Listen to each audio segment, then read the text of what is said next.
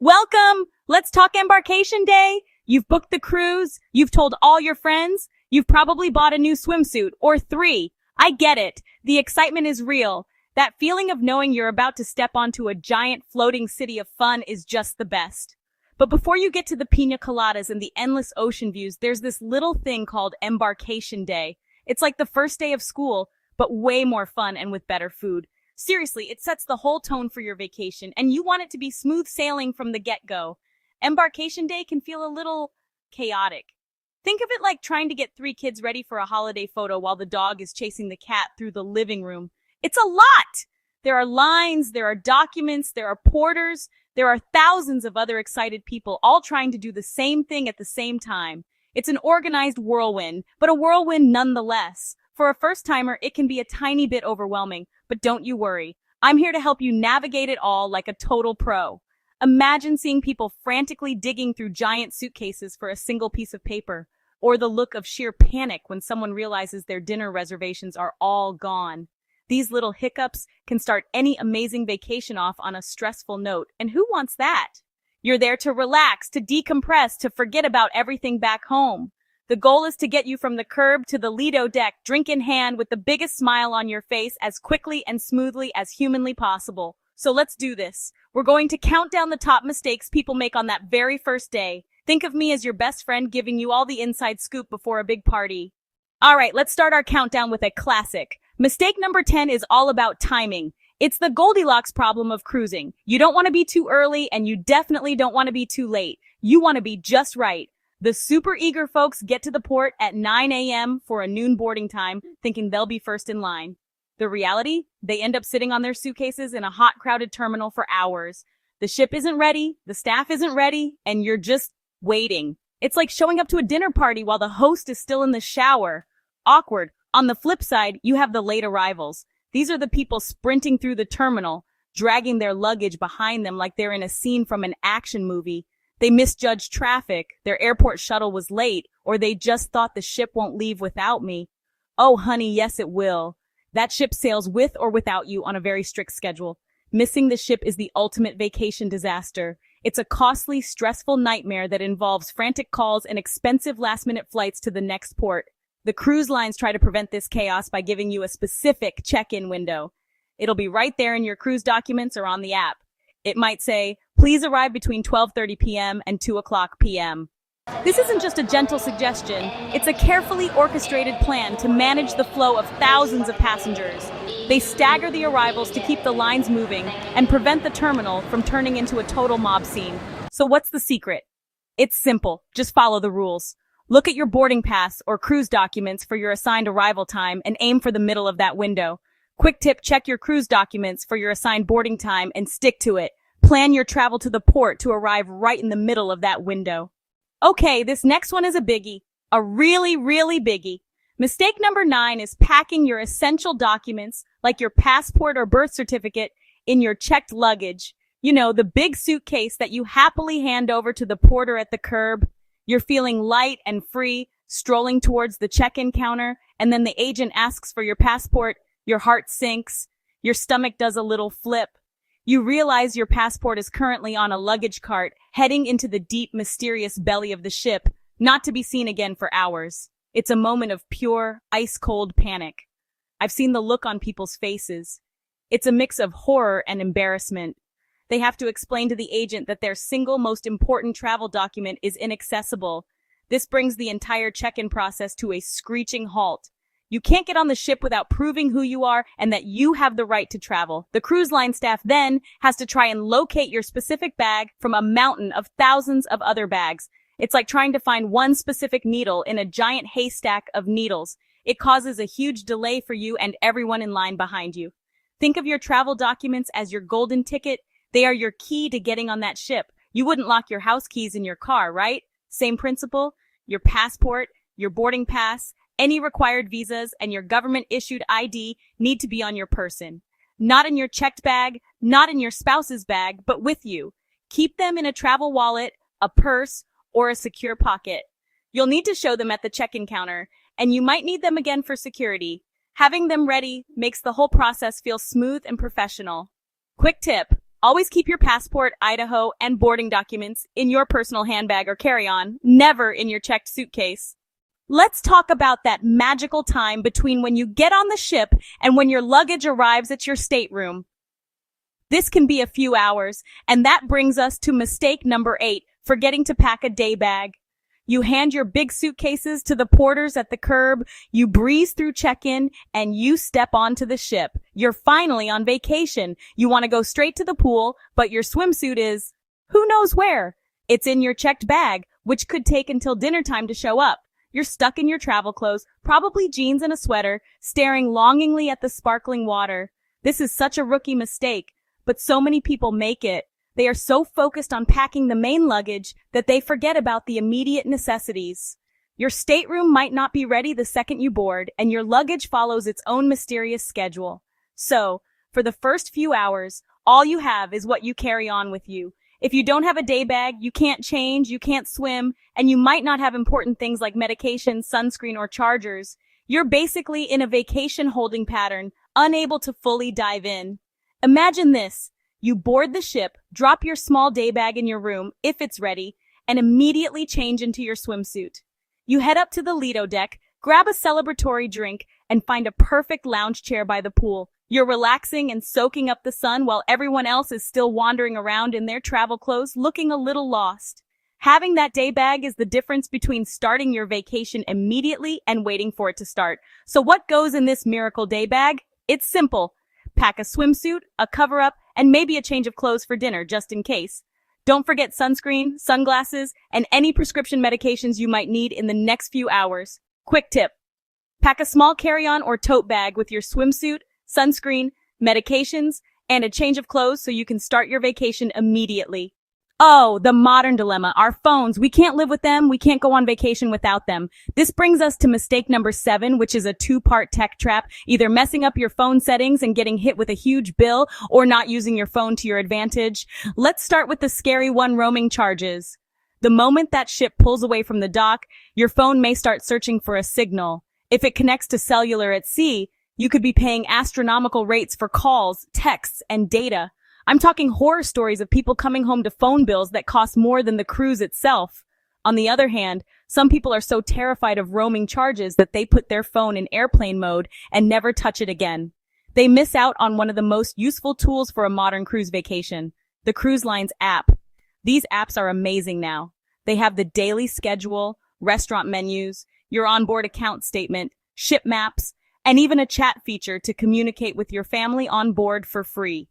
If your phone is off the whole time, you're walking around with a folded paper map like it's 1995, totally disconnected from what's happening. The key is to find that perfect balance. You want to avoid the massive charges, but still stay connected to the ship's network. The moment you get on board, before the ship even sails, is the perfect time to get this sorted out. You can connect to the port's free Wi-Fi or use your cellular data while still in your home country to download the cruise line's app if you haven't already. Once you've done that, you can put your phone into airplane mode and then manually turn on Wi-Fi. This is the magic combination. This simple trick allows you to connect to the ship's Wi-Fi network. You don't even have to buy the expensive internet package to use the free features of the cruise app. You can check daily activities, make dinner reservations, and use the free onboard messenger service, all without spending a dime or risking any roaming fees. Quick tip. Put your phone in airplane mode, then manually turn on Wi-Fi to connect to the ship's network and use the cruise line's free app without incurring roaming charges. Okay, let's get serious for a minute, because mistake number 6 is not just an inconvenience, it's a matter of safety, and it is absolutely 100% not optional. I'm talking about the muster drill. For those who don't know, this is the mandatory safety briefing that all passengers must attend before the ship sets sail. It's where they show you how to put on a life vest and where to go in the unlikely event of an emergency. Some people see it as a boring interruption right when the party is getting started and decide to hide out in their cabin or a bar to avoid it. This is a huge mistake. Let me be perfectly clear. You cannot skip the muster drill. They will find you. The cruise line has a list of every single passenger, and they check you off as you complete the drill. If you don't show up, they will make announcements over the ship's PA system with your name. They might even call your stateroom or send a crew member to find you. It's embarrassing, and it holds up the entire ship. The ship literally cannot leave the port until every single person has completed the safety briefing. You do not want to be the reason that thousands of people are delayed. I know, it's not the most thrilling part of your day. You want to be sipping a cocktail, not learning about lifeboat stations. But think of it like the safety briefing on an airplane. You listen because it's important. The crew is professional, and they try to make it as quick and painless as possible. In fact, many cruise lines have made it even easier with e-muster drills. You might just have to watch a safety video on your stateroom TV or on your phone app, and then go to your assigned muster station to be checked off by a crew member. It's faster and more convenient than ever. So just do it. Get it over with. The sooner you complete the drill, the sooner you can get back to the fun, and the sooner the entire ship can begin its journey. Treat it as the official start of your vacation. Quick tip: find your muster station as soon as you board and complete the mandatory safety drill promptly. It's required, and the vacation can't start until you do. The ship is sailing, the muster drill is done, and you are officially on vacation. What's the first thing everyone thinks of? Food. And that leads us to mistake number 5, making a beeline for the main buffet the second you get on board. Now, I love a good buffet as much as anyone. The variety, the desserts, the desserts. But on embarkation day, the main buffet, usually on the Lido deck, is the most crowded place on the entire ship. It's a chaotic scene with long lines, people juggling plates and luggage, and a desperate search for an empty table. It makes sense why everyone goes there. It's the most obvious dining option, and people are hungry after traveling. But fighting your way through that crowd is not a relaxing way to start your trip. It can be stressful and overwhelming, exactly the opposite of what you want on your first day. You're trying to navigate a new layout, figure out where everything is, all while balancing a plate of food and trying not to bump into people. It can turn your first meal into a frantic and frustrating experience, which is no way to kick things off. Here's a little secret that seasoned cruisers know. There are almost always other quieter places to eat on embarkation day. The cruise lines know the buffet will be packed, so they often open up one of the main dining rooms or another casual eatery for lunch. These alternative spots are often blissfully calm and uncrowded because most first-timers don't know they exist. You can enjoy a peaceful sit-down lunch, often with a similar menu to the buffet, but without any of the chaos. It feels like you've discovered a secret VIP lounge. So, how do you find these hidden gems? Check the daily planner or the cruise line's app. As soon as you board, take a look at the dining section for embarkation day. It will list all the venues that are open for lunch and their hours. You might find that the pizzeria, a grill by the pool, or one of the beautiful main dining rooms is serving lunch. Quick tip: skip the crowded main buffet on embarkation day. Check the ship's app or daily planner for alternative, quieter lunch venues that are open. You've settled in, you've had a nice, calm lunch, and now you're starting to think about all the amazing places you're going to visit. This brings us to a mistake that happens before you even step on the ship, but has big consequences on day 1. Not booking your shore excursions in advance. Many people think, I'll just figure it out when I get on board.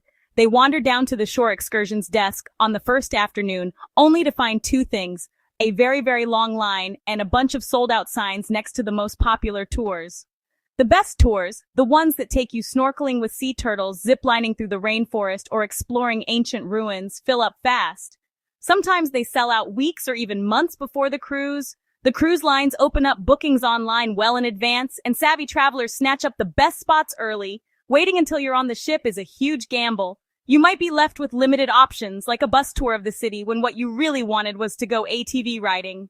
It can lead to some serious vacation disappointment. Beyond just missing out, booking on board can chew up precious vacation time. Instead of exploring the ship or relaxing by the pool on that first day, you're stuck in a queue at the excursions desk, trying to figure out a plan B.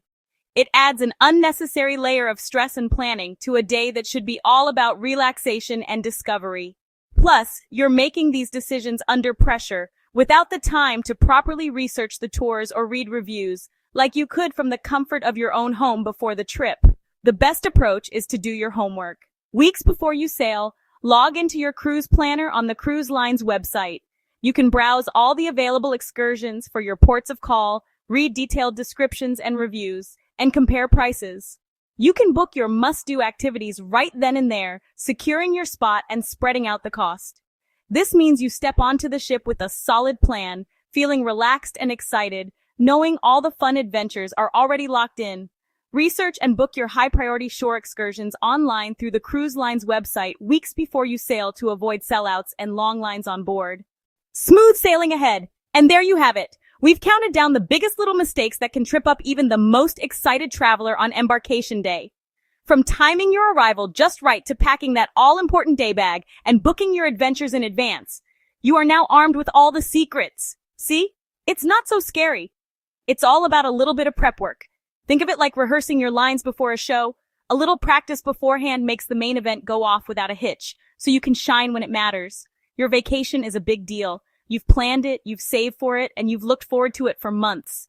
The last thing you want is for a silly, avoidable mistake to cast a shadow on that first glorious day. By keeping these tips in mind, you're not just avoiding stress, you're actively creating a better vacation for yourself. You're setting a tone of calm, prepared, and savvy travel. You'll be the one breezing through check-in, finding the quiet lunch spot, and relaxing by the pool while others are still figuring things out. You'll look like a seasoned pro. Now, the fun part begins. You've done the work, you've got the knowledge. It's time to let that excitement take over. Start dreaming about the endless ocean views, the incredible food you're going to eat, the new friends you'll make, and the amazing destinations you're about to explore. Your first day on a cruise ship is the start of an incredible adventure, a floating world of possibilities. It's a magical feeling when the ship pulls away from the dock and you see the shoreline start to shrink.